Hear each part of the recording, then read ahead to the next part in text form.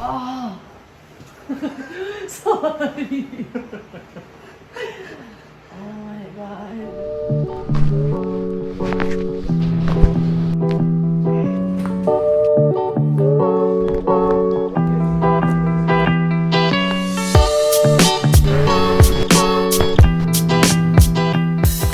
Hi, we're here sa house ni Catrhina Stepanek, yung model na ika-Chiro natin for today.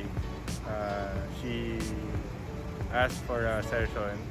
Actually, she has scoliosis now, a mild scoliosis. So, we'll go to her unit and then we'll see what's her case. And we'll recommend the treatment for her. Let's go! So, hi everyone, I'm Catrhina Stepanek. I have this scoliosis since I was 18. Napansin ko siya when I got pregnant early. 18 lang anak na ako, so I think my body is not yet ready for that. So, sobrang sakit ng likod ko, especially now, I'm 30 years old. Then, nanganak ako nung I was 28 years old again for my second kid. Doon ko naramdaman na pati na yung dito ko masakit. Kasi ang nangyari sa akin yung scolio ko, kung mapapansin nyo there, mababa yung right shoulder ko. So, dahil mababa siya, feeling ko, pati yung half ng body ko dito, ang sakit lagi. Especially my hips, as in, mag-grocery lang ako for 2 hours. Ang sakit na, maupo lang ako for how many hours, sumasakit na rin. So, it's really hard for me to do things normally. Kahit magtayo ako or may jumping rope ako, ang sakit sobra. So, I'm here with Bry kasi I want sana na tulungan niya ako for this. Kasi it's an investment for myself also. Kasi natatakot ako na pagdating ng ilang years, bigla na talagang magsakit yung shoulders ko. And nasa lahi din namin. Yung second ko na kapatid, sa kanya talaga letter S and he's a guy. So, I don't like na maging worse yung situation ko katulad niya. Right. I'm here now.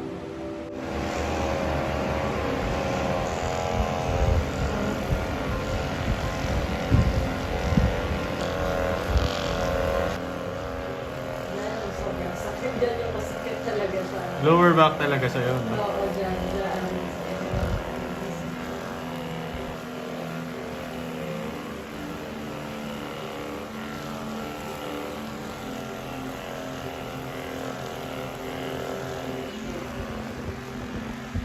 Sa gabi, nagigising ako. Pumulay ko sa piso.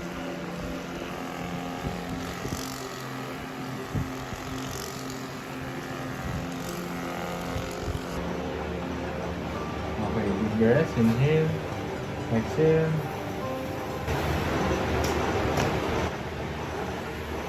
Good. Kumusta? Okay. Okay. One more, inhale, exhale.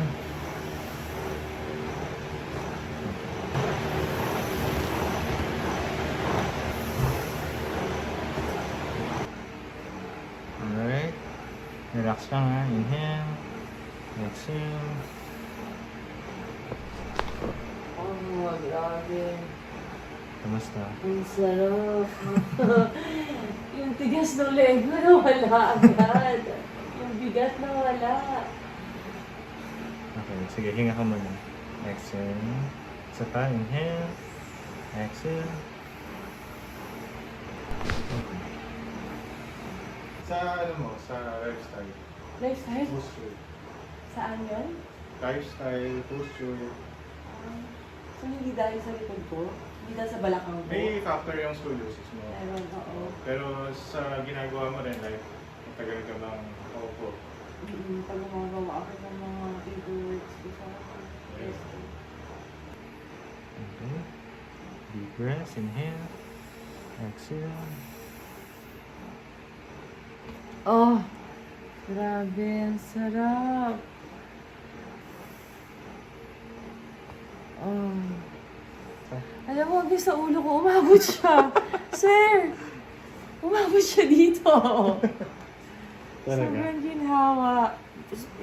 Yung pangalawa naramdaman ko siya dito, parang, okay. Gumaang yung dito ko. Nice. Yeah. Twist tayo. Lock mo lang ka. Okay, deep breath. Inhale. Exhale. Ah! Sorry. Oh my God. Dito ko ramdam. Dito. Grabe. Kamusta? Ang sarap. Parang ako nagpamassage na 20 times. Okay, inhale. Exhale. Ah! Hindi seryoso. Hindi ako mag-isa makaganon. Swear, dati nung hindi pa tayo, hindi ako makaganon ngayon. Swear, pag nakahiga ako dati sa kama, nahihirapan ako gumanto. Talaga? Oo. Pag nahiga na ako ng ganyan, tapos halimbawa babangon ako, pagkakagising ko lang, hirap na hirap ako tumayo. Ngayon nagulat ako, kaya hindi na siya sumakit. Galing nga. Kamusta yung solos? Better na. Natuwa ako talaga dun sa balakang ko. Diyos ko, sobrang okay.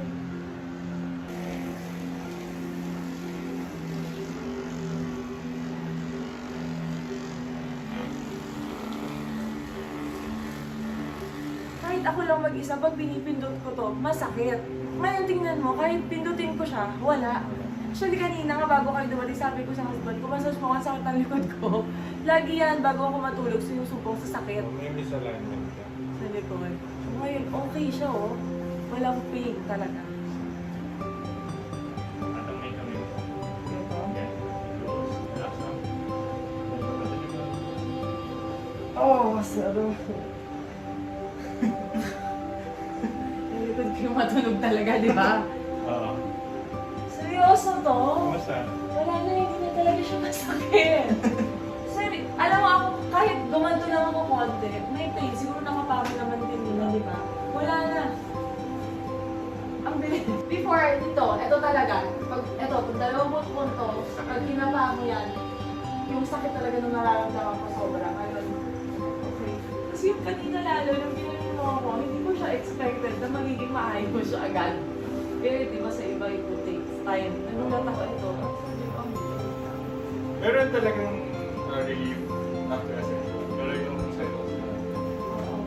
Pero at least ayan, ito talaga. Sir, no joke to ha. Dito talaga yung lagi masakit sa akin. Ngayon, wala. Wala talaga. Hindi na nga, tahimik ka lang Nagulat kasi ako. Sabi ko, wala. Kanina, nung trinit mo ako, natatakot ako na mag-side view. Totoo lang. Sabi ko na kung naghalong dasal ako. Sabi ko, kaya napag ako bigla, di ba? Kasi ako, pag tinanong mo talaga ako po niya, natutulog ako, yung anak ko maupo yan sa akin ng gano'n. Sobrang sakit na. Kaya kanina sabi ko siya, sana huwag yung maayos to. Tama naman, okay naman lahat. Good, good. Okay, so natapos din yung chirotherapy natin kay Miss Catrhina Stepanek. Nakita nyo guys yung mild scoliosis niya that really affected her balance. Nagkaroon siya ng pain, lower back pain, hip.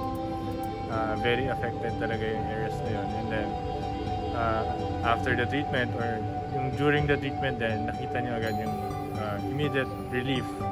Nabawasan talaga yung pain. Nakita niyo naman sa reactions niya. Very happy naman siya. After the first session pa lang, it was really great. And I'm also happy na ganun agad yung naging reaction ng katawan niya. Tatapos din yung treatment natin. Sana you subscribe or view other patients din na iti-treat natin. See you guys again. Thank you.